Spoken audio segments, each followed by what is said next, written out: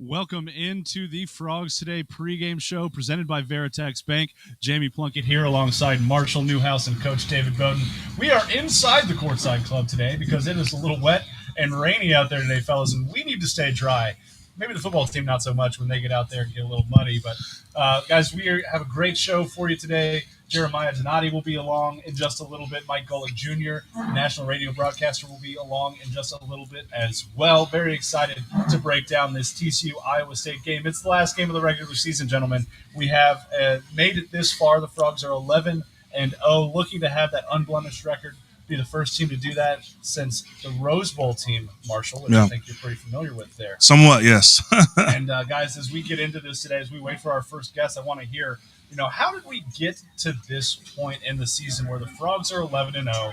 They've made it this far. Their luck truly has been on their side for some significant moments this season. But, Marshall, let's start with you. How has TCU gotten to this point where they're 11-0? Well, the key word to me is expectations. This team was picked by pundits all over the country to finish at the bottom of the Big 12. So there's a surprise element from the outside looking in of this TCU team overperforming for what we thought. New coach, new regime, transfers, the whole 9 yards. And then there's expectations inside the building. As we've gotten to talk to players and coaches, we just see this demeanor about themselves that they're just so sure of their process, what they do behind the scenes, off the field, how close they are, how well they play together. And the expectation inside the locker room is completely different, and I think it's more reflective of what we see on the field than being 11-0. It feels like they are sure and they know they should be 11-0.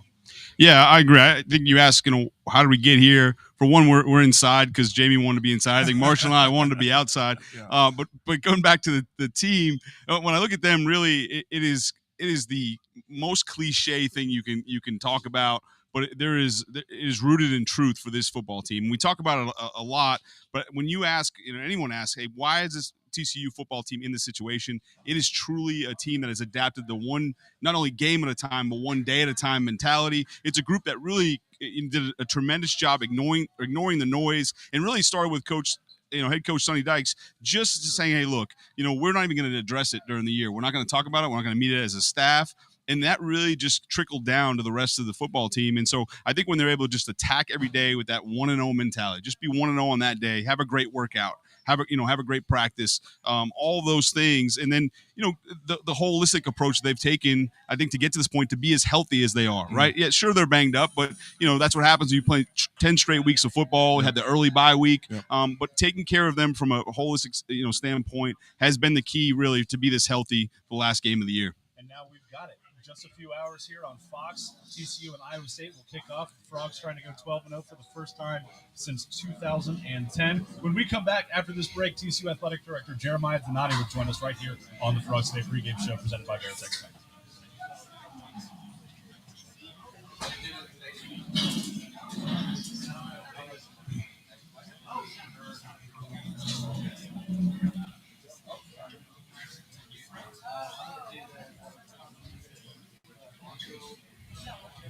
Say hello to the water of tomorrow. Richard's Rainwater. Richard's Rainwater is 100% rain, refreshing, renewable, and the only ingredient we use in our water.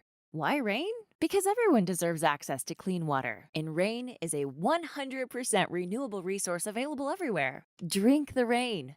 Save the planet. Shop now at richardsrainwater.com. Dave's Hot Chicken is a cult favorite and now has 2 locations in Fort Worth, Bryant Irvin Road on I-20 and Berry Street at TCU. Both owned and operated by Horned Frogs. Mention the Frogs Today show and get 10% off anytime, and order online at daveshotchicken.com. For exclusive interviews and content on TCU recruits, subscribe now at frogstoday.com. Any sport, anytime. It's your source for all things TCU. Only on frogstoday.com. The Flying T Club provides the everyday TCU fan and alum the ability to specifically support TCU student athletes. Flying T Club offers 3 levels of memberships. The Flying T Club is a nonprofit organization supporting the brand development of TCU student athletes through a series of unique event-based networking opportunities, which are exclusive to our members. These events provide a great social engagement tool for our members and student athletes alike. Follow them on Instagram at Flying T Club. or online at flyingtclub.com.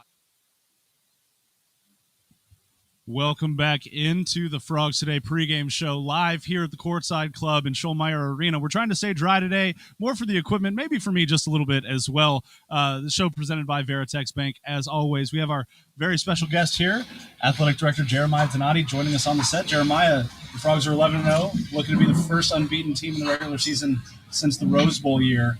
How are you feeling today coming into the final week of the regular season? Well, first of all, thanks for having me. Great to be with you guys again. One more time, right? One more time. Hard to believe it's senior day already, and our friends from Iowa State brought the weather from up north. But, just excited for our guys and the opportunity in front of them. You guys played. It's not these moments are rare. And so these guys, they're ready. They're going to take advantage of the moment. It won't be too big for them, but especially the seniors, the fifth-year seniors, the guys that came back for the COVID year, really happy for them. Remember, only a couple of these guys played in the bowl game. And so even though we qualified in 2020, this is excited for them to get a senior day with so much excitement and so much on the line. This is what you play for. Yeah. When you think about this senior class, the perseverance that they've showed to stick it out to get to this point, what does that mean for you, for the program, for the university, that they stayed here? Well, it doesn't mean anything for me. It means it's about the program. It's about the guys. It means the world to me. Let me put that a different way. It's I had nothing to do with it. These guys are special young men, and anyone would be thrilled to call them a son, a brother. They're just amazing young people, and so it's inspiring to be around them every day and to see them put in the work. There were times, frankly, when things weren't looking good, and there wasn't a whole lot of reason to be hopeful that we'd ever get to a moment like this. So, it's really kind of an understatement to say that these guys are tough. It's really another level of perseverance that I haven't really been around. So they mean a lot to me. They've inspired me. What I meant when I was at the beginning was it's not about me, it's about them, and this is their big day. And so it's just going to be fun to kind of watch them do their thing, and they're going to be as jacked up as ever.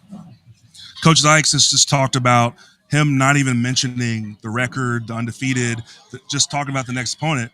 But that's his job. Your job is to talk about that stuff. Mm-hmm. And as TCU has progressed all year, what have the conversations been like? Obviously, things have to take place on the field first. Mm-hmm. What have the conversations been like with the bowl representatives and the path moving forward, both Big 12 championship and the college football playoff?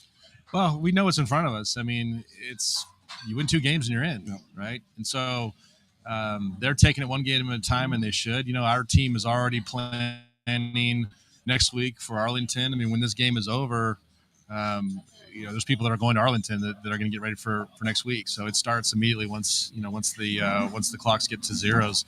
So, and then we've had every single major bowl rep with the team, with me here on campus. And so we're preparing for all those scenarios. It seems like there's about 4 right now that are the most likely. So my wonderful staff does that all behind the scenes. And, I'm actually going to meet with 2 bowl representatives after this interview. So you're constantly working. I'll tell you, if we're fortunate enough to get into the playoff, it's a whole different level. We haven't seen that. Yep. And so, you're playing potentially 2 bowl games in back-to-back weeks. It's a quick turnaround. But we're ready for any scenario that comes in front of us. We know that if you don't win today, you're not likely going to get to where you want to get to. So even, for me and the chancellor, we're just focused on Iowa State, but we have already done some work. That's a lot of legwork and groundwork, and so we'll be ready when our number's called. Jeremiah, speaking of the playoff from a national perspective, I've really grown to love this place, but I'm the outsider. You got 2 alums, you got a guy who played here, clearly the athletic director here at TCU. So I'd like to say I'm the least biased of the group, but looking at it from a national perspective, I understand you have to win on the field. That's their job. But from where you sit, how do you combat the bias? Because I can say there is from a national perspective from, either not just necessarily TCU, but really the Big 12 bias nationally. What can you do from your chair to combat that? Thanks for saying that, David. And by the way, your objectivity is greatly appreciated. Even our friends at Frogs Today that wore purple, we appreciate your perspectives. It's frustrating, right? I've seen all the tweets about Stephen A. Smith and Paul Feinbaum, and I stay out of that stuff. our guys have done the talking with their play. It's unfortunate to me that they obviously haven't done their homework, because I've seen a whole lot of other metrics that favor us over all the teams in front of us. Yeah. You talk about winning percentage against teams with 500 or better records, teams that are going to bowl games, ranked teams. I mean, all those things, fall our way. So it's like, you beat Texas and it's not a good win, and then it's always something, right? And so I don't worry about it too much. We know that because of that bias, though, that the path is a little more narrow for us. It was back in 2014, and it's going to be that way kind of every year. So until we break through that glass roof, which is making to the CFP, we know that will be there. But I'm also confident that when our moment comes, and no knock on wood, it's this year, all those people that'll start to float away a little bit. So, I think for us, it's just about winning. We've got a great school here. We know that. We live in the best urban area in the country, in the Metroplex, the fastest growing. So we've got so many wonderful things going for us that those, I feel sorry for them, honestly, because they don't know how special this place is and what we got going here. Well, I'm with you. I know I feel it's a special place as well, and I've really enjoyed my time around this place. It's been great. So, as an alum who played here, talk to me a little bit about the connectivity you've seen between sports. I mean, usually when football's doing well, it feels like other sports are rallying, but the inverse is happening. You saw the guys, Sonny, have the guys at the women's basketball game, women's volleyball, women's soccer. I mean, men's basketball. There's so many good things happening at TCU. Talk about how that connectivity has grown as the season has progressed because of the football team. Well, it's funny, that you said that. It was a year ago or so, or I guess not quite a year ago, when we hired Coach Dykes, and he and his staff had been here a couple of days, and we had a home women's basketball game, and they didn't know. And the next day I was talking with Sonny, and he felt really bad. He said, geez, I didn't realize we had a game. We would have gotten the guys out there. And I thought, wow, that was pretty. So I knew from then it was very important for them to be supportive of the other programs. When you're around these kids and, when you walk through training table and you see them all together, they have that one bond that no other student at TCU has with them is their student athletes. Their path is a little different. They've got different sets of expectations with their commitments as being, on these teams. So that bond is pretty cool to see. And it's not just this sport and that sport. It's men, women, across every sport. So, but they really foster that culture, and so do the other teams. So it's really neat when you see that. I wasn't in town for that game, but when people are sharing those tweets with you and you see our football team rallying behind and trying to get the crowd into it and supporting our women's basketball team or any team, it makes you feel proud.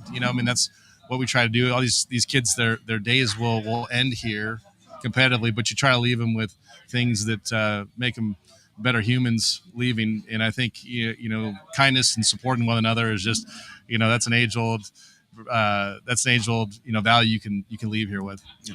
Jeremiah, thanks as always for joining us. Thanks for having me. Pregame show. It's been our pleasure to have you here every home game so far this year, and hopefully, somewhere down the road this postseason we'll be able to connect and chat again. Let's do it in Arlington next week. Why not? All right. Perfect. Love it. Sounds like a great plan. That's Jeremiah Donati, TCU's athletic director. We'll be back right here on the Frogs Today pregame show with Mike Golick Jr., national radio broadcaster for Learfield, after this break. Dave's Hot Chicken is a cult favorite and now has 2 locations in Fort Worth, Bryant Irvin Road on I-20 and Berry Street at TCU. Both owned and operated by Horned Frogs. Mention the Frogs Today show and get 10% off anytime. And order online at daveshotchicken.com. The Flying T Club provides the everyday TCU fan and alum the ability to specifically support TCU student athletes. Flying T Club offers 3 levels of memberships. The Flying T Club is a nonprofit organization supporting the brand development of TCU student athletes through a series of unique event-based networking opportunities, which are exclusive to our members. These events provide a great social engagement tool for our members and student athletes alike. Follow them on Instagram at Flying T Club or online at flyingtclub.com. Texas-based Happy Water offers the best-tasting, sugar-free kids drink ever made. Happy Water comes in 4 delicious flavors that you can find at local retailers and on Amazon. Each pouch contains 0 grams of sugar, 0 calories, and 0% juice. Head to happydrinks.com for more information and to purchase Happy Water. That's HAPI drinks.com. Live happy, be happy, drink happy. For exclusive interviews and content on TCU recruits, subscribe now at frogstoday.com. Any sport, anytime. It's your source for all things TCU. Only on frogstoday.com. Welcome back into the Frogs Today pregame show presented by Veritex Bank. We are live here in the Courtside Club at Schollmeyer Arena. Just outside these windows, you can see Eamon G. Carter and the little damp field that the Frogs and Cyclones are going to take in just a couple of hours. But right now on the pregame show, we've got another excellent guest, Mike Golick Jr., national broadcaster, podcaster, Notre Dame alum. How do you want to be introduced? You know what? That all covers the bases pretty good. Professional gas bagger. People somehow still pay me to talk, which is good because I can't do much else at this point. Oh, God. Yeah, we need that to stick around here, too. So let's let the powers that be hopefully keep that website alive. Absolutely. Well, Mike, thank you for taking a little bit of time out of what I know is a busy day for you to join us here on the pregame show today. But I got to ask, when you look at TCU this year, they're sitting at 11-0 with a chance to go unbeaten in the regular season. What have they done well to this point to keep their record on? I think just the resilience. I know it's been overwhelmingly the story, the comebacks, even going as far back as last week to the magical land of Waco and what they were able to pull off there. I just think, I go back, I was a player in 2012 at Notre Dame. We had an undefeated regular season, and we kind of won in a similar way where you had to find yourself out of some weird binds and you had to learn a lot about your team all the way. And I think seeing it complete across the board, right? There are games, when I was here last time when TCU played Oklahoma State, got great games out of the defensive backs and the performance that they had against Spencer Sanders in that offense. Saw last week special teams is the talk of the town right now. I have to imagine that field goal unit has been shown in every special teams meeting, college or pro, for the last week. And so I think seeing the variety of ways you win, you get to the offense, and Max, who's going to have a Heisman campaign and a real claim to be one of the guys representing in New York, Quentin Johnston, who's risen up draft boards. I think it's been awesome to watch this identity of TCU morph to fit whatever situation they find themselves in. From an objective perspective, your former employer, there's a lot of, we understand the media has a kind of a role to play in all this stuff. They have to produce shows. There's content they're producing. But from a football perspective, a purely football perspective, why are there not more people who are convinced that TCU is of merit for their position right now still? I think you hear it every week when Boo Corrigan gets up, the head of the college football playoff committee, to have to, defend whatever the committee's results have been when he talks to Reese Davis on the show every week. And you kind of heard it week one where they talked about, having a dominant unit or a particular trait, especially on offense, where you go out and you're just blitzing people the way that Tennessee was to start the season, or you've got the names coming into the season like Ohio State had in that wide receiver room that we all know were great coming in. We're going to be great. We're seeing them slug it out with Michigan right now during this game. And I think just because of that, like we said, TCU has been able to morph their identity. Don't get me wrong. Everyone knows Quentin. Everyone knows Kendra. At this point, those are now household names going throughout the season. But I think that lack of just one specific dominant unit that you were going to look at times, I think makes it harder for the national media or the casual fan to sink their teeth into something and say, this is what we can throw out there. Sure. For you, since this is the second time you've seen him live, you saw a great one here against Oklahoma State, and you called that one. Tell me, what does this team stack up? Just again, back to the football side of things. Yeah. The national media aside, just for you as a football guy, what do you see them stack up against these other teams in the top 4 or 5? I think they're right in the mix. I mean, Georgia, it seems like Georgia's world in college football right now, where they've sort of taken the Alabama baton. I say that as they've been in a one-score game with Georgia Tech all day. Rivalry weekend gets fun. But I think in general, you're seeing them up there, that Ohio State-Michigan group. I think there's always been at this season, outside of that top team in Georgia, a group of 6 teams that I would lump TCU in, with Michigan, Ohio State, what was Clemson still hanging around there for a bit as well, and USC up there that, on any given day, I think any one of those teams could beat the other. And so I think they find themselves firmly in that mix. This is a group that was a Joe Moore Award midseason honor roll team along the offensive line. Obviously, I said Kendre's been a guy that's been so steady in the middle of that offense. When you look at Garrett Riley and everyone doing the name association and thinking of the way offense goes through there. I think more often than not, when people turn on the tape, I tell people you'd be surprised. It goes up the middle. The lifeblood is there, and that involves Max in the run game too, behind that offensive line. And so I think because you've got the foundation set in the right place, and you look around college football, all the first-year head coaches that are having success right now, whether that's Dan Lanning in Oregon, whether that's Marcus Freeman at Notre Dame, whether it's Sonny Dykes here. Was full. The cupboard is full, especially along the trenches up front. And I think that makes such a difference in year one of a program, being able to have so much of your identity tied up in that group. Yeah, absolutely. For sure. Look, we got the football out of the way. Now the heavy hitting stuff.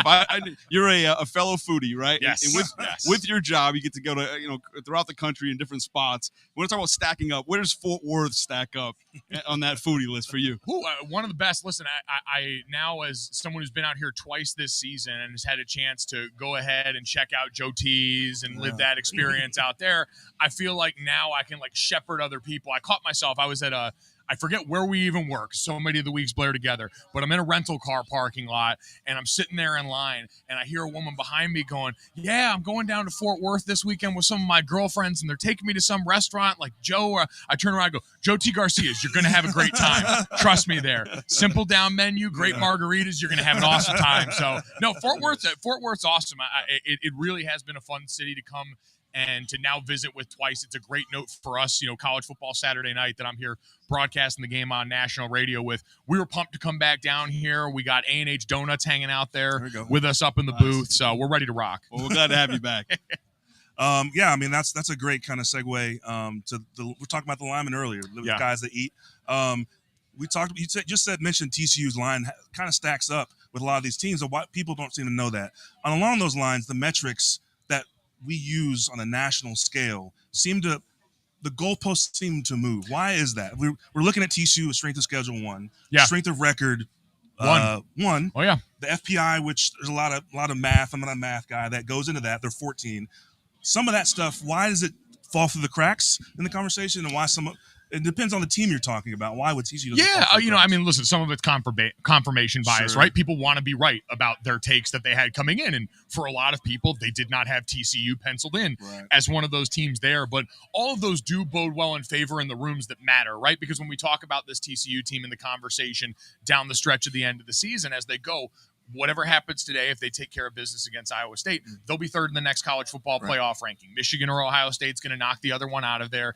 And being in that spot and I always tell people, as someone, I got to go through the mock committee exercises. I got to go down there and be in that room and see how they did things there. And the one thing you really walk away with and can see every year, that strength of resume ends up being the most predictive metric for what ends up being the Final Four in there. You're usually not going to see a team outside of 6 in strength of resume because the committee really values that. It's a really useful tool for them. And so TCU already sitting there at number 1, knowing that you've got a game today and then a potential matchup in the Big 12 title game, either with Kansas State or with Texas, means you would only add to that even further. And so I think it's one of those things, while I'm sure it's disheartening for TCU fans to maybe not always hear your team talked about in the right ways, I think all of the signs that matter and the totems that we use around college football to kind of see where this is going do bode really well in their favor. So my vision of them just shooting ice in the corner is not happening. They're actually doing some work.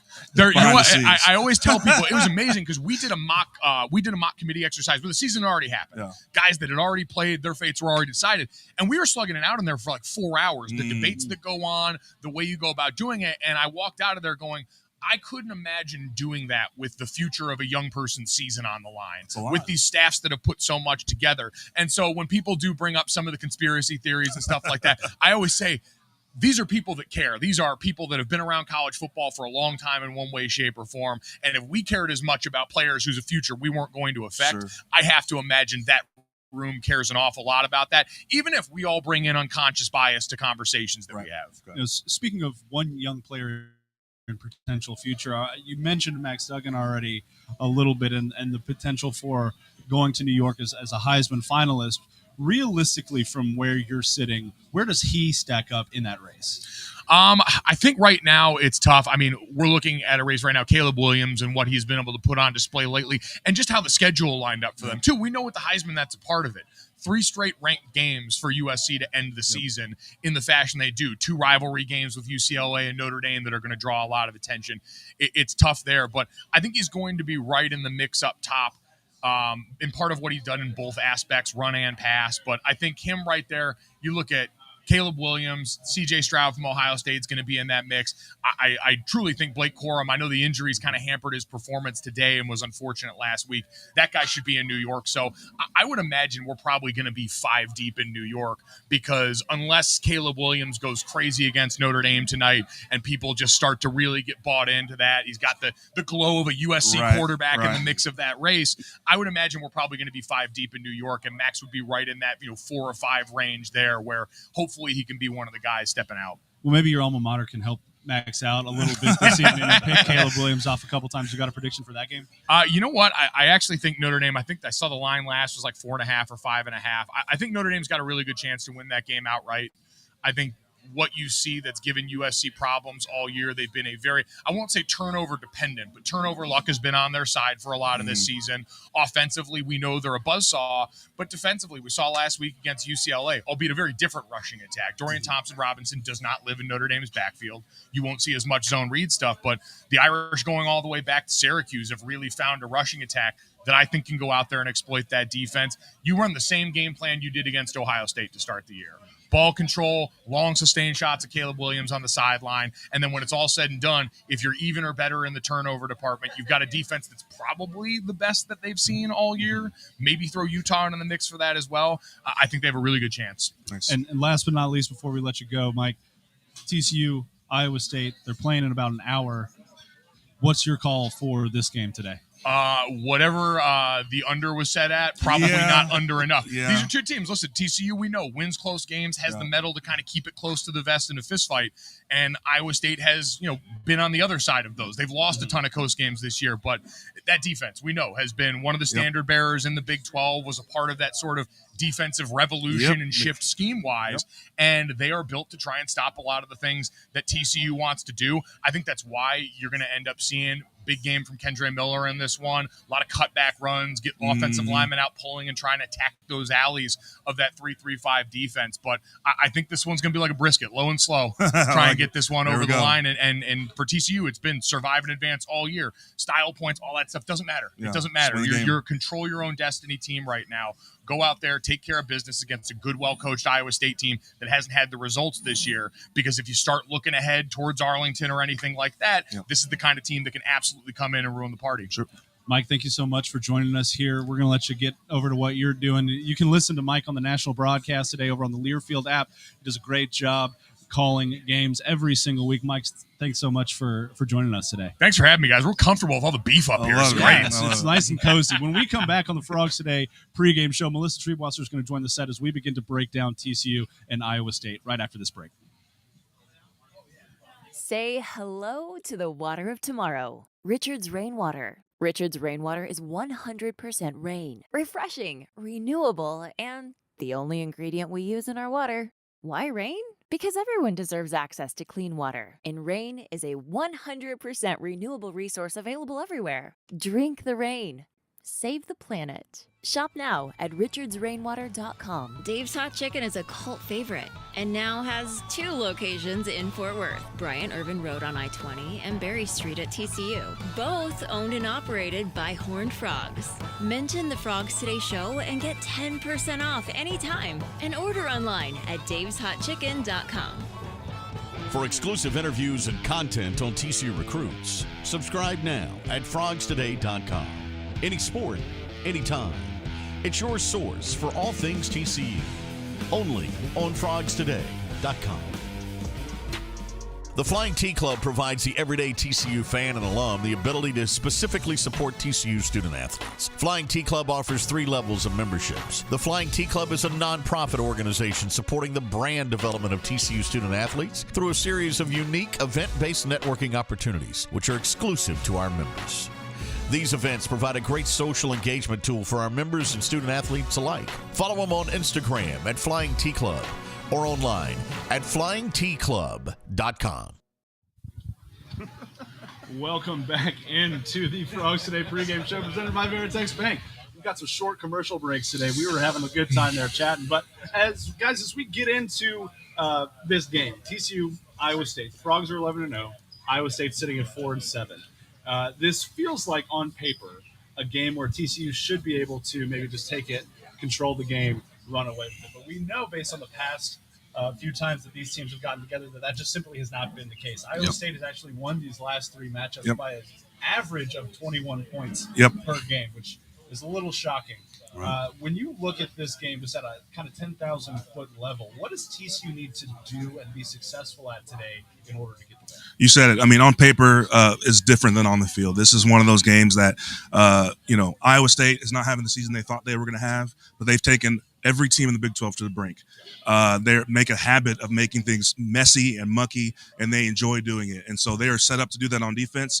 They have enough talent on offense to make things hard for you, but they do turn the ball over. They're a little bit undisciplined. They don't execute as well as they should in offense. But again, the defense that the rest of the Big 12 has modeled to stop spread offenses after came from Matt Campbell and the Iowa State. It's a 3-3-5. There's a little bit more varied. They do like a 3-2 stack that's built to stop the inside run. But then they bring safeties downhill because they have help over the top. So they make things hard on you. They make the quarterback execute. They make players make plays all the way down the field, and they just drag you in the mud. And that's the game they want. No, I mean, literally, it's muddy out there. They hope this is a one possession game at the end, and they're going to try to go steal it from you. Coach, sounds like somebody watched Faces of the Frogs. Yeah, it's exciting. That's good. We covered all of that in Faces of the Frogs. You want to make sure you check that out. But I look at this team, and it's kind of a scary one, really, for all the reasons you just talked about, Marshall. And this is a team that likes weather like this. They're built for a game like this. You go back to Matt Campbell, not only on the defensive side of the ball, but offensively. Here's a guy who, he played at Mountain Union. He was a Division III powerhouse. He's a defensive lineman.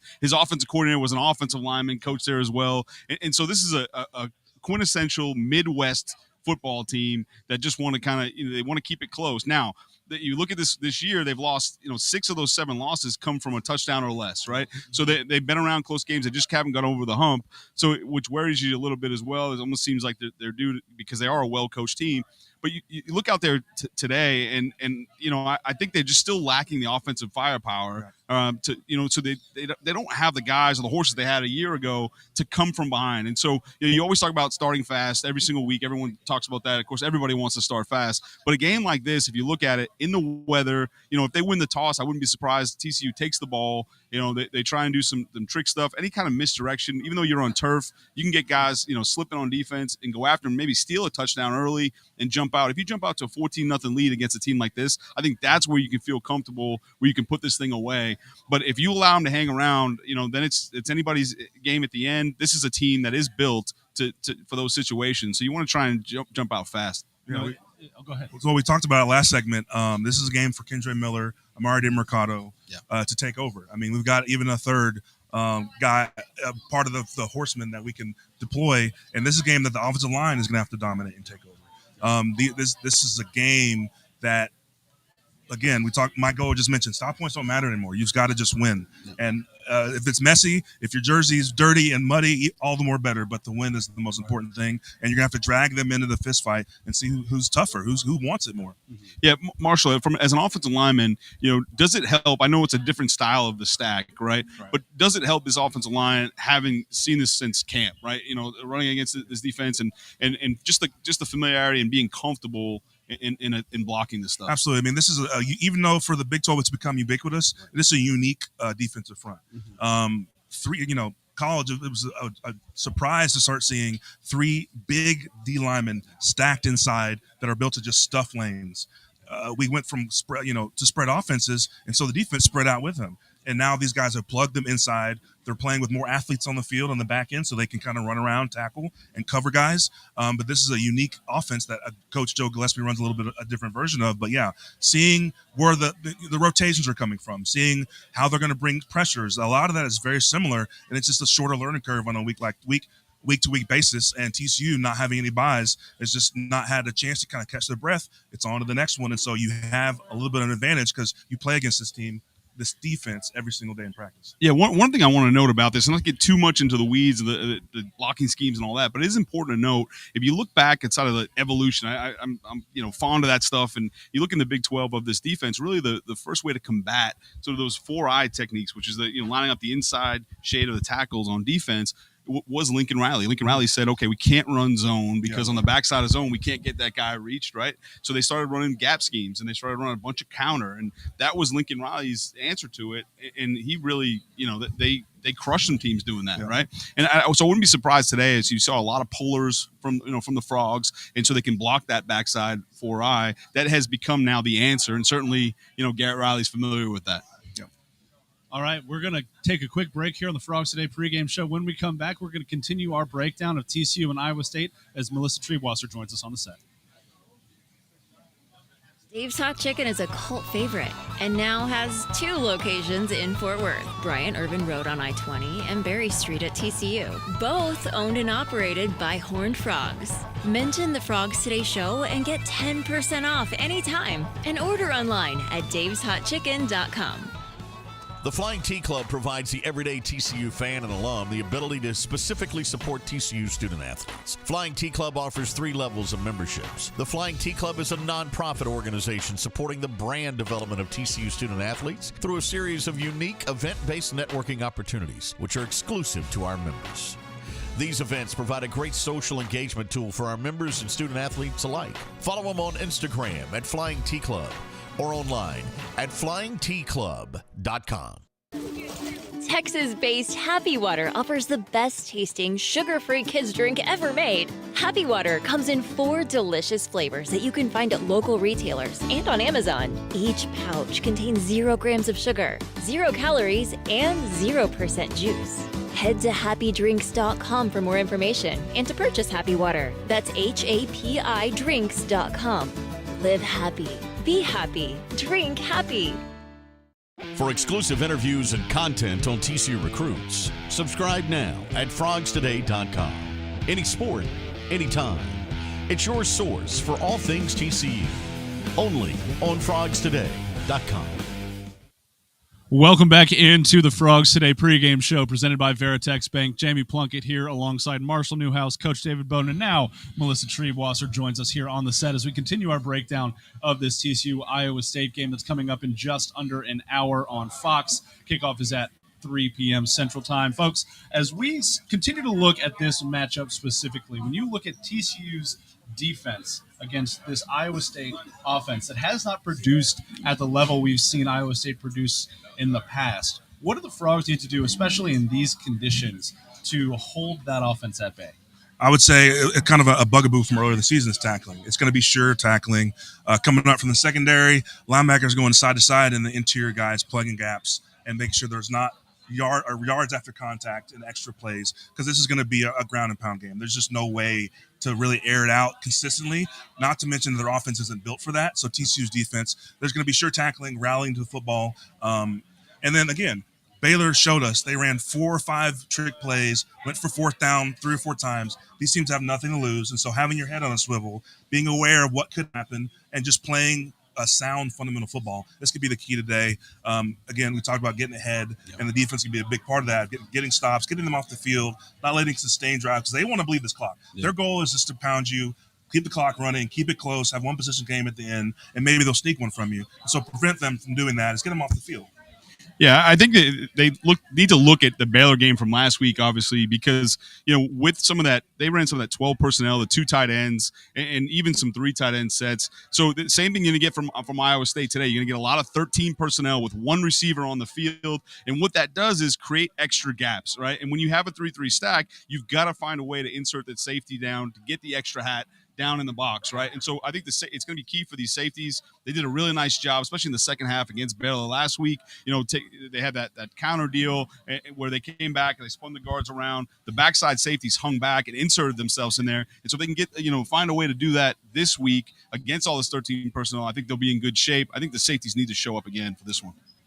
I think that one thing that we all know is that hope is a dangerous drug. And when you have a team that has nothing to play for, and you have a quarterback who's been struggling, and you have a running game that hasn't really been the running game of Iowa State in the past, don't give them any reason for hope. make the tackles. Don't let them break off the big play. You want to be the ones forcing the turnovers, not the ones giving the ball away. So it's really going to come down to just fundamentals, executing, putting your game plan in place, and following through all the way when it's sloppy conditions. And the thing I really want to watch is Xavier Hutchinson is an elite wide receiver by numerically only is probably the most productive wide receiver in college football, mostly because he's the only one that they really have. Right. So that one-on-one matchup is something I'm going to be paying a lot of attention to. If he doesn't go out for a big game, that means Iowa State's offense probably didn't have a big game. When you think about Xavier Hutchinson, too, I tend to even think it's more impressive that he's had the season that he's had when you consider the fact that they don't have a ton of other receiving options. He's got over 100 receptions this year, over 1,100 receiving yards. As Bowden said, being the only receiver on the field for probably 50-60% of the time. I think it's incredibly impressive what he's been able to do just in the whole context of what Iowa State's offense has been this year. When you think, though, about this Iowa State offense, last week against Texas Tech, they really struggled in critical situations. They missed 2 field goals. They went for it on 4th and goal from the 2-yard line twice and didn't make it. And so there's an execution issue with this Iowa State offense. And like you said, Melissa, there is no reason at all to give them any kind of hope, because momentum is a dangerous thing. Hope is a hell of a drug, as you've said as well. And there's just no reason to give them any kind of life at all. Yeah, I think the other part of that is when you have limited options, right? You really, people can hone in and key on what you're going to do. We talk about that one receiver. It reminds me of, and I'm not saying this type of player, but Calvin Johnson when he was at Georgia Tech. It was one guy, one receiver out there. Yep. And he had a bunch of stats because when they did finally air it out and they got everyone, the safeties to come up and they get over the top. And it's very similar in terms of offensive attack, not the option and all sort of thing, but in terms of ground and pound, and then try and air it out with one receiver over the top. But I think at some point, if you don't have the weapons to go to, that limits you. And then, when you spin over, I know when you get into TCU's offense a little bit more, but when you look at their offense, that's exactly what's kept them successful and be able to win in so many different ways because the variety of weapons, whether it's on the perimeter, at the slot, at the running back, the offensive line is tough, tight ends, which I think can, we haven't talked enough about Jared Wiley and what he can do. He had that one big game here at home, and we kind of thought that was his coming out party. But I think this, again, in a weather game like this, ball control, take care of the football, he'd be a great one to get rolling today. Well, you brought up special teams, Jamie, which brings up, the red zone. And Iowa State special teams, it's a really unique thing. They could use Mark Tarmadol. They could use a special teams coordinator, period, because they don't have one. That Campbell doesn't have one on staff. That brings up red zone defense. If TCU can keep Iowa State out of the end zone, special teams field goal unit can be a real adventure. We have seen some strange kicks come out of Iowa State this year. Some line drives, some interesting, some doesn't even have a chance. And so you really want to make them play for field goals. Don't let them get in the end zone. Lock down in your red zone defense, something that TCU has been relatively successful at over the last couple of weeks. So don't give them the big chunk plays. Make them attempt field goals, not touchdowns in the red zone. And I think TCU is going to be in a really good position. I would add on that note, turnover margin, TCU is top 10 in the country. Hunter Deckers has 13 interceptions. He's an elite, talented QB when he's on, but he's so rarely on. So again, TCU on offense, holding on to the football and then forcing turnovers, that changed the tide of the game more times than not. And TCU has been really good at that so far. That's something that has to go, especially with the wet ball situation today. I mean, every touchdown, every possession matters. Yeah, and Hunter Deckers, every young quarterback in college football this year is somewhat cursed by what Johnny Manziel and Trevor Lawrence and some of these other freshman and sophomore quarterbacks have come in and been able to do, because now every fan base sees a redshirt freshman at quarterback and they say, oh, I have something to compare him to, when really that's not fair, because you're comparing him to the outlier, not the what's normally the case. And so I think with Hunter, what we've seen, especially when we watched him on Facing the Frogs, coach, he's got mobility, he's got arm talent. He just needs to piece together how to make his reads, getting the ball out consistently, and just kind of the minutia of the game that comes with more experience and more time in the pocket. Don't you believe that? Yeah, for sure. And the quarterbacks you just mentioned, though, those freshmen, right? But they also had, not only were they talented, but they had the supporting cast around them, right? Yeah. And so much of it comes down to the success of a freshman out there is, can you really just be a distributor and get into your playmakers' hands? Well, when your playmakers are young as well, well, then you don't have as many people to rely on. And I think, with having just one receiver, really a true target, obviously you lose your running back in Brees Hall. I mean, that's a lot. And so you've got some young players around him, which makes things tough. And I think, they've played in so many close games and haven't come out on the right end. But when you're playing young players, that's bound to happen. Yeah, you lose Brees Hall. You also lose tight end Charlie Kohler, probably their most successful tight end in program history. You're going to see a drop off on the offensive side of the ball for the Cyclones this year. It's just natural. But guys, as we transition to the other side of the ball, start to talk about this TCU offense. Marshall, you've already mentioned Kendre Miller and Amari DiMercado today. I think Amani Bailey has a chance maybe to show up a little bit as well. But as we get into the offensive side of the ball, before you guys start talking too much, I want to hear just a quick injury report, I suppose, for folks at home. Darius Davis, Kendre Miller, and Quentin Johnson are all active today, all expected to play, dealing with various injuries and that kind of thing, but they are expected to play. Coach Dykes mentioned this in his midweek press conference. He mentioned it right after the Baylor game. I think he said it he said it a couple weeks in a row now. This team is limping towards the finish line. They are really working hard to find a way to get guys rested, to keep guys healthy. Strength and conditioning has helped to that point. It's with stuff that they've laid the foundation for all the way back in spring ball. But at this point in the season, your bye week was week 3. You're heading into week 13 now. Yeah. This is a team that's really they're playing for a lot, but they're also just trying to hold it together a little bit here. Absolutely, and that just comes with playing in such a tough league as the Big 12 has been this year.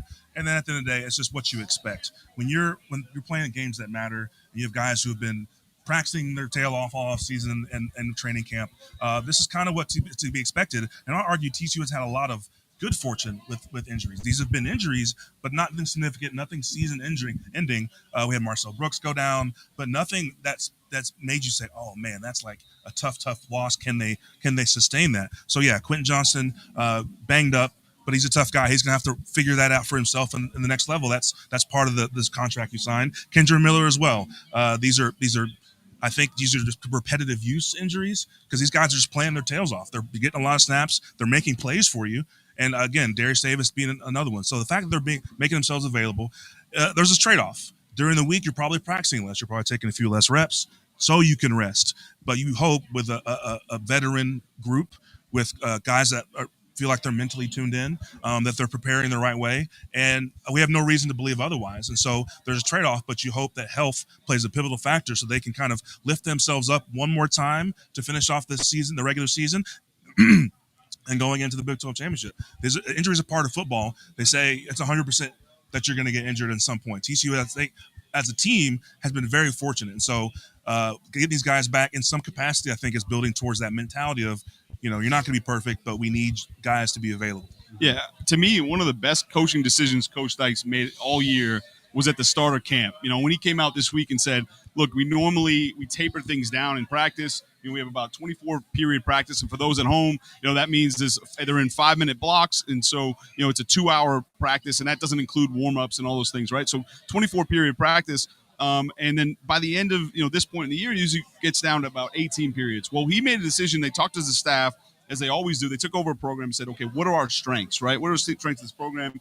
And almost unanimously across the staff, they said, we have team speed, right? We're fast everywhere. And so how do you maintain that speed? We got to take care of these guys, right? And so what he did was he started that 18 periods practice right out the gate. Almost about the first week of camp. They cut back to 18 periods. And so really at this point in the year, they can't cut back anymore because then you start losing, you start losing a lot that way, that half hour of practice, that cumulative deal. But it really has lightened the load, the stress load on these guys' legs. And then, of course, you combine that with the fact that they get in the cold tubs right away and they're taking care of themselves from all the things that we talked about from a nutrition health standpoint. I think that's the reason why they're able to finish this thing. To your point, Jamie, it's a tough stretch, but again, it's the league they're playing in. It's really not anything it's all out of their control, right? Yeah. They've taken care of what they can in terms of taking care of these guys. Well, you talk about, coach decision making, and another thing that has got to be tough for this staff is they need to manage their guys wanting to be on the field. Sure.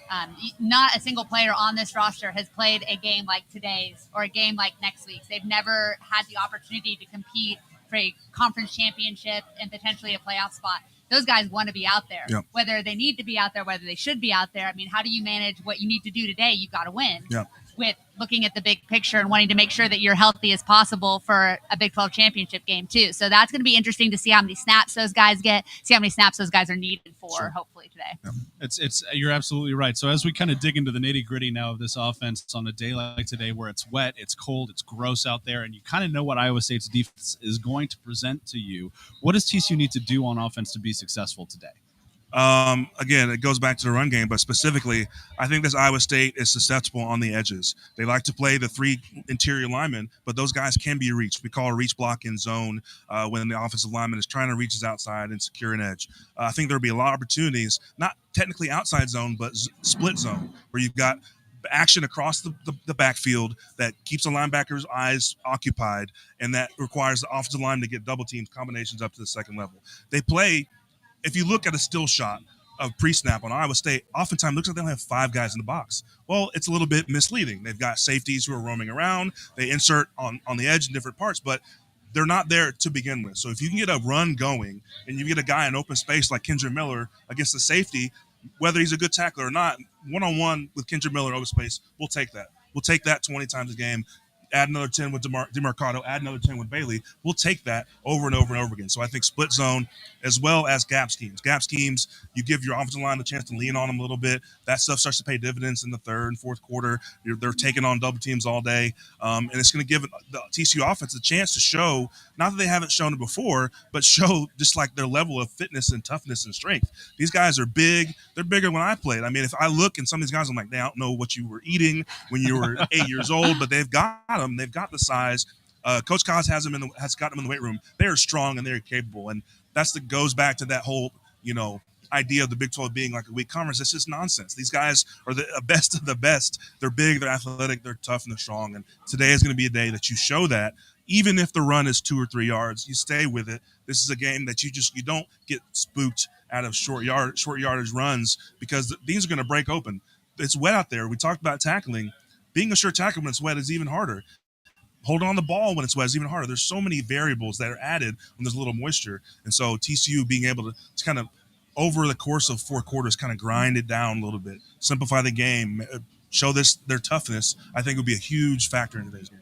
Yeah, I think also just making sure they don't beat themselves, right? Sure. This is going to be a team that's going to, I imagine their game plan in weather like this, the style of offense that Iowa State plays, you combine all that stuff together, it's going to be, they're going to say, okay, look, we're going to make TCU continue to snap the football, not give up big plays. We want you to, and their hope is you make them snap the football and a little bit of rain, all that kind of stuff. All of a sudden they have some, they can create some takeaways that way. They have some fumbled snaps or whatever the case may be. They've got to take care of the football. They've got to make sure they don't beat themselves, because that'll play right into Iowa State's hands. If they can do that, I really believe that, again, going back to jumping out early, if they can take care of business, take care of the football early, I do believe this is a team that you can put away, because, they're just not, this year they haven't got over the hump in terms of those close games, and I think you can really just kind of kill their confidence early. But once again, if they don't do that, they make some mistakes early and it's a close one, well, hold on, it's going to be another interesting one here at Amon G. Carter.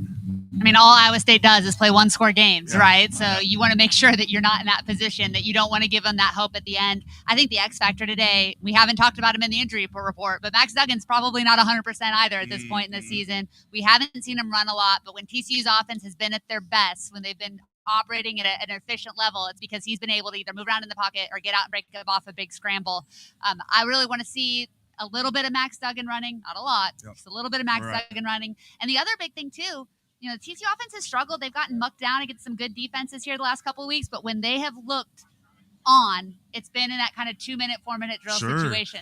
And what Duggan said last week, they just kind of went to playground football. They went to day one concepts, just basic things. I'd love to see them come out with just something really simple. Just say, hey, we think that our skill talent on offense is better than your defense in certain matchups. Exploit those matchups and just play your game. Just let it loose, play your game. Don't overthink it. Just execute the things and trust that you have the more talented team. Duggan also said after that game against Baylor that winning helps with the pain. Yeah. And so they can continue that today with another win, becoming the first 12-0 team for TCU since the Rose Bowl team in 2010 and 11. We're going to continue the pregame show right after this break. But before we go to break, Maggie Hale, our field reporter, is down there on the sideline. We've talked a little bit about the weather today. She's got an update for us right now. TCU's last home game of the 2022 season, and obviously it's going to be a cold one, and it's also a rainy one. It's drizzling right now, and it's supposed to be drizzling for most of the game, which is good. It's not too heavy. Field is definitely wet. It was pouring last night, but I don't think it's going to be a problem for the Frogs. They've got Kendra Miller, who is playing today, and Amari DeMarcado, who can run the ball without any wet problems on that ball. Say hello to the water of tomorrow. Richard's Rainwater. Richard's Rainwater is 100% rain, refreshing, renewable, and the only ingredient we use in our water. Why rain? Because everyone deserves access to clean water, and rain is a 100% renewable resource available everywhere. Drink the rain. Save the planet. Shop now at richardsrainwater.com. Dave's Hot Chicken is a cult favorite and now has 2 locations in Fort Worth, Bryant Irvin Road on I-20 and Berry Street at TCU. Both owned and operated by Horned Frogs. Mention the Frogs Today show and get 10% off anytime. And order online at daveshotchicken.com. For exclusive interviews and content on TCU recruits, subscribe now at frogstoday.com. Any sport, anytime. It's your source for all things TCU. Only on frogstoday.com. The Flying T Club provides the everyday TCU fan and alum the ability to specifically support TCU student athletes. Flying T Club offers 3 levels of memberships. The Flying T Club is a nonprofit organization supporting the brand development of TCU student athletes through a series of unique event-based networking opportunities, which are exclusive to our members. These events provide a great social engagement tool for our members and student athletes alike. Follow them on Instagram at Flying T Club or online at flyingtclub.com. Into the Frogs Today pregame show presented by Veritex Bank. That was Maggie Hale, our field reporter down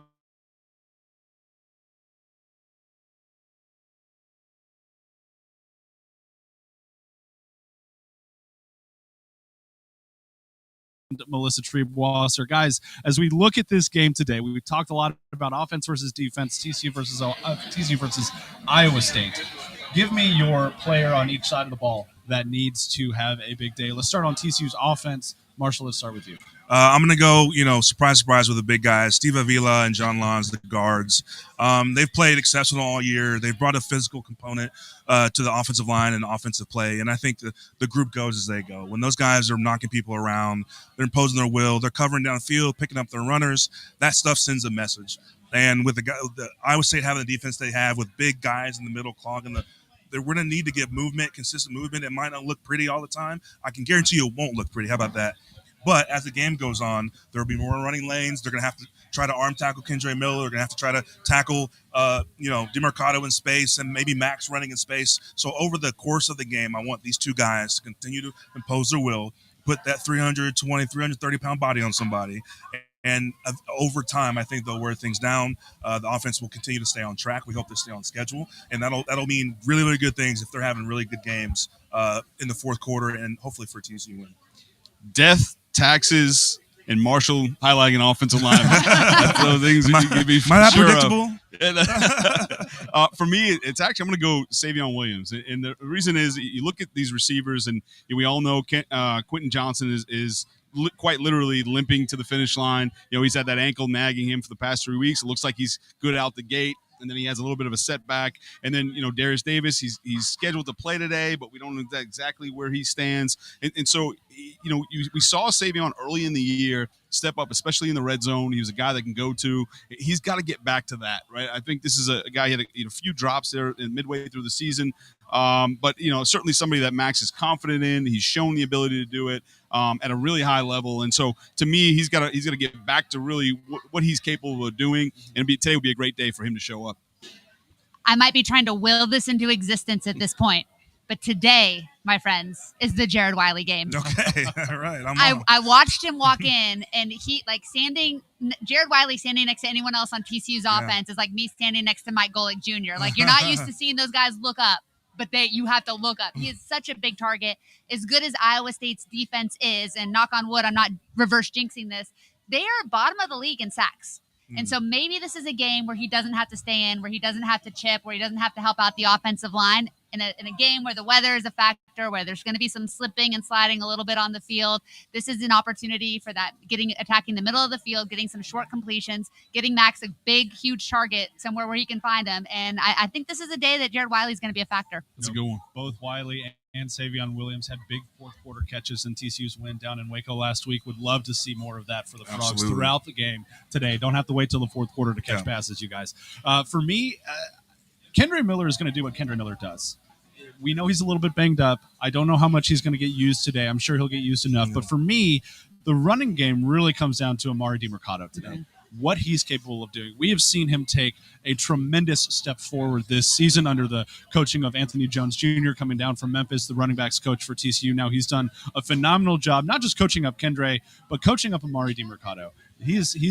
I've been so incredibly impressed with him this season, the way he runs, that he hits that gap incredibly hard. He does not avoid contact. He almost looks like Kendre Miller and like those running backs at Memphis that were, again, under Anthony Jones Jr. I want to see him come out and assert himself today like he has late in games so frequently this year. If he can come out of the gate with, not knowing the status of Kendre Miller, if Amari can come out of the gate and just hit Iowa State in the mouth with the run game, I think that will set the tone for the rest of the day for the Frogs, and they'll be able to kind of just take control of this game.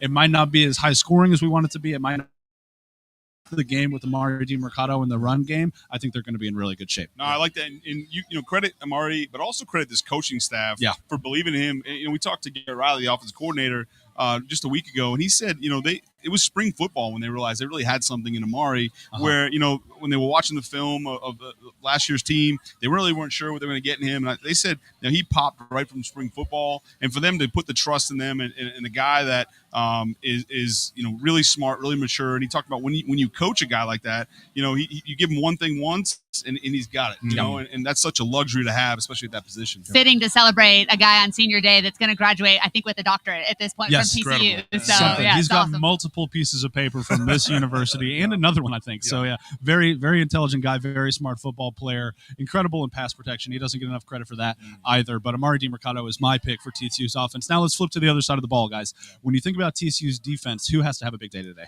I think surprise, surprise. I go interior. It'll be demonic. Like his play this year as a true freshman has been a revelation. There's not many guys that can come in that are that physically mature who can withstand the pounding that he's withstood for now 11 going into 12 games. He's been such a factor. It's not flashy because he's literally taken on two blockers. He's the nose, doesn't get a whole lot of praise, but the guy's been solid and so sturdy to, I think, what was not a deep position before.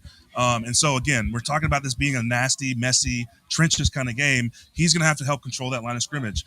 Iowa State, I think they want to get the ball to Xavier Hutchinson, but can they? Well, they have opportunities to throw it, or are they going to be, pounding the ball over and over again? I think early down success is going to come to how much penetration can be got by demonic Dylan Hortons of the world, and can we get them into obvious third down and long scenarios? And again, with the weather outside, it just can't be stated enough how much control of the inside is going to matter. If they're bouncing runs or the quarterback feels uncomfortable because of the push in the middle of the pocket, I think this is going to be a TCU comfortable win. But if you start seeing surges up the middle, if you start seeing our running backs falling for 3, 4, 5, 6 yards, you can start to wonder. I think Demonic is up to the challenge. As a freshman, we usually talk about freshmen, especially true freshmen, you hit a wall. Game 6, 7, 8, you hit a wall where you're just not used to the actual emotional toll every week, the physical toll every week. He seems to have hit the wall and then bounce right back. I don't even know if he's had a true down game, but he seems to be, his head is in such a good place. That's a testament to the program, the kind of the things they do for the players off the field. And I'm looking for him to have a really solid day. Again, it's not going to be flashy. He won't show up on the stat sheet, but be looking on the nose tackle, DeMont Williams, see what he can provide for the TC defense. Yeah, I think you bring up a really interesting point, Marshall. And Dominic Williams, not only has he played at such a high level for a true freshman, but for him to be able to withstand this grind, right? To go, right now he'd be finishing up his high school season, right, just a year ago, and to play at that position in the beating that you have to take, really, especially in this defense. He's double teamed a bunch. He's got to keep the linebackers clean. It has to do so much. And you're right, he doesn't. We don't talk about him a lot, but almost for a good reason, right? Because he's just doing his job week in and week out. So I think it's a great one. For me, I'm going to look at D winners, and the reason for that is he's really done a nice job last week against Baylor when they started, once again, put those tight ends up there. He had to play on the line of scrimmage quite a bit on that weak side, right? Something he's not super comfortable doing. He's a guy that, at least for that spot, is a little bit would be considered undersized, right? He's not undersized at his stack linebacker spot right now. But when we asked him about that last week, and hey, how did you feel playing up close to the line? He said, "Look, it's not my favorite personally, but I'll do whatever it takes," and he certainly did. And it was nice to have him on the line in some pass rush situations, and also for cutback. When they were going strong quite a bit to those tight ends, he was there. He was falling back. Back would go away. He was straight down the line and make some tackles at the near or behind the line of scrimmage quite a few times last week. So I look for D. Winters again against these 2 and 3 tight end sets to have to play a little out of position on the line of scrimmage, but something he's shown he's capable of doing. We talked about that Baylor game and some of those guys that stepped up. Nobody had a bigger play in that game than Bud Clark. Hunter Deckers has thrown 13 interceptions, as you've referenced earlier, Marshall. And I think that this is a game, again, with the conditions, with the pressure coming from the inside, they're going to have to throw the ball. I think Bud Clark is going to be one of those guys that continues to be where the ball is. He's wreaking all kinds of havoc in the secondary. When he kind of got back up to speed after missing a little bit of time being banged up, he's made a difference, and he's going to make everybody else's job easier. When you have a talent like Xavier Hutchinson, you want to be able to have that safety help, and I think Bud Clark really just opens up things for both the corners and the rest of the safeties. And I think he's going to have another big game today. Absolutely.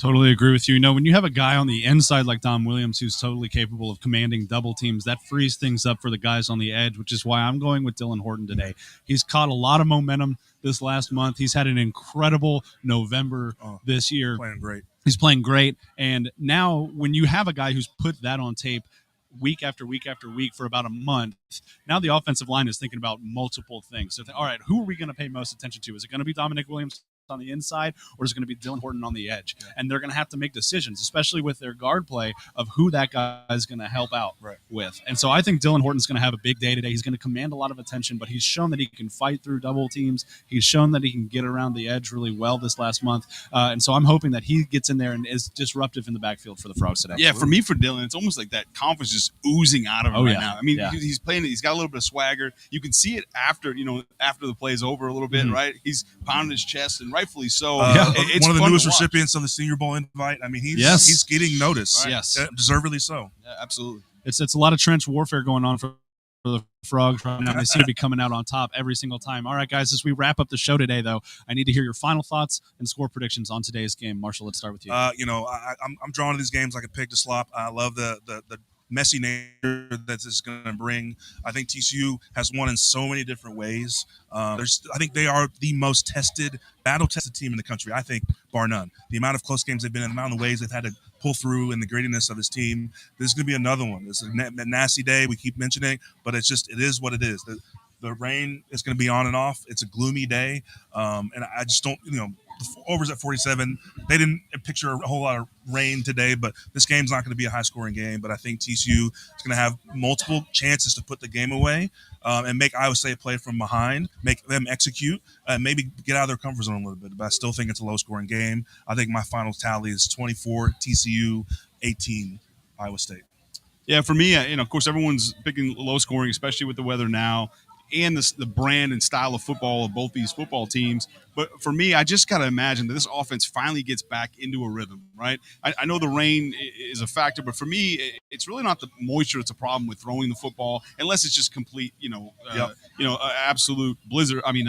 Storm out there or something, which it's not. And so it's those cold, dry games that you have trouble with the football. So for me, for this one, I just think, TCU, despite all the stuff, they're primed for this. It's their final home game. It's senior night. Yeah. They've got a ton of maturity on this football team, and I think in games like this they'll take care of business. So for me, I'm looking them to actually pull away and win this one 31-10. I mean, if you want to beat Iowa State, you got to step on their necks early. This is a team that's sitting at 4 wins. Bowl eligibility is probably not in the cards for them.